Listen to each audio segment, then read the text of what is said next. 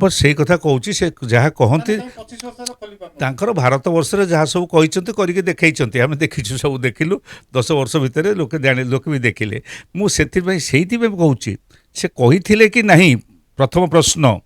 ଯେ ପାତାଳକୁ ଯାଇକି ଆମେ ସେ ଆଣିବୁ ଚାବି ଆଣିବୁ ସେ କଥାଟା କହିକିରି କରିକି ନିଶ୍ଚୟ ଦେଖେଇବେ କେଉଁଠି କିଏ ପାତାଳକୁ ଆଉ କେଉଁ ପାତାଳକୁ ସେ ନାଗପୁରକୁ ଯାଇଥିଲେ ପାତାଳର ପ୍ରାୟ 7ଟା ସ୍ତର ଅଛି ଆମର ଯାହା ପଢ଼ିଛେ ପୁରାଣମାନଙ୍କରେ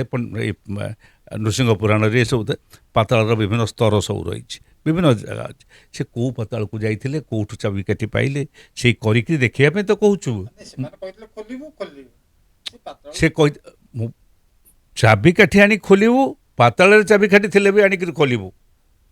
ମୁଁ ତ ସେଇ କଥାଟା କହୁଛି ଖୋଲା ତ ହେବ ଖୋଲିବେ ଦେଖିବା ଖୋଲା ସରୁ ଆଗ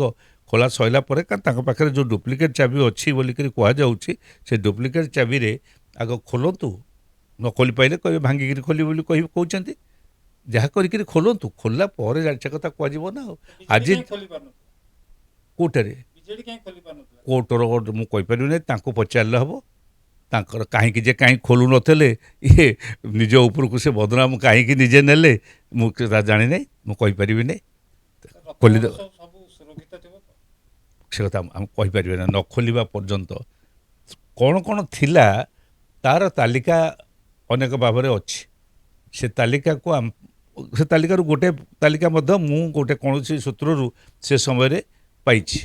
ରଖିଛି ତାଲିକା ସେତେବେଳେ ଯେଉଁ ପୁରୁଣା ତାଲିକା ସବୁ ହେଇଥିଲା ଯେଉଁ 2 ଥର ଯାକ ଖୋଲା ହେଇଥିଲା ଆମେ ତାକୁ ଦେଖିବା ମିଳେଇବା କ'ଣ କ'ଣ ସେ ତାଲିକାରେ ଥିଲା କ'ଣ କ'ଣ ନାହିଁ ଏଟା ପରବର୍ତ୍ତୀ ଘଟଣା ଆଗ ଖୋଲା ଯାଉ ଖୋଲିଲେ ଆମେ ଜାଣିବା ଯାହା କହିଛୁ ତାହା କରିଲୁ ସେ ଗୋଟେ ପାର୍ଟ ଖୋଲିବା ପାଇଁକି ଯେଉଁ ଆବଶ୍ୟକତା ସେ କହିଥିଲେ ଯେ ପାତାଳରେ ଥିଲେ ମଧ୍ୟ ଚାବି ଆଣିବୁ ଏପର୍ଯ୍ୟନ୍ତ ପାତାଳକୁ ଯାଇନାହାନ୍ତି ଯାହା କହିଛନ୍ତି ତାହା କରିକି ଦେଖେଇ ନାହାନ୍ତି ଜୋର ଦେଇକରି ମୁଁ କହିପାରେ ତାଙ୍କୁ ପଚରାଯାଉ ସେମାନଙ୍କୁ ଯେ ମୁଁ ଏଇ କଥା କହିଲି ଯେ ସେ ପାତାଳକୁ ଯିବା କଥା କହିଥିଲେ ନା ନାହିଁ ଯେଉଁଠି ଥିବ ଚାବିକାଠି ଖୋଜିକି ଆଣିବେ ସେ ଚାବିକାଠି ଖୋଜିକିରି କାହିଁକି ଆଣିଲେ ନାହିଁ କାହା ପାଖରେ ଅଛି ସେ ଚାବିକାଠି ଖୋଜିଲେ ନାହିଁ କାହିଁକି ଖୋଜିକି ଆଣନ୍ତୁ ଆଣିବି ସେ କଥାଟା ବି ସେଇଟା ଗୋଟେ ବଡ଼ ସନ୍ଦେହ ଭିତରେ ରହିଛି ସମସ୍ତ ଭକ୍ତମାନଙ୍କ ଭିତରେ ସମସ୍ତ ଚିନ୍ତାଶୀଳ ବ୍ୟକ୍ତିମାନଙ୍କୁ ଯେଉଁମାନେ ଜଗନ୍ନାଥଙ୍କୁ ଭଲ ପାଆନ୍ତି ଯେଉଁମାନେ ଜଗନ୍ନାଥଙ୍କର ଅର୍ଥନୀତି ଜଗନ୍ନାଥଙ୍କ ସାମାଜିକ ବ୍ୟବସ୍ଥା ସମ୍ପର୍କରେ ସଚେତନ ସେମାନେ ସବୁ ଭାବୁଛନ୍ତି ଯେ ସେ ଚାବିକାଠି ହଜିଲା କେମିତି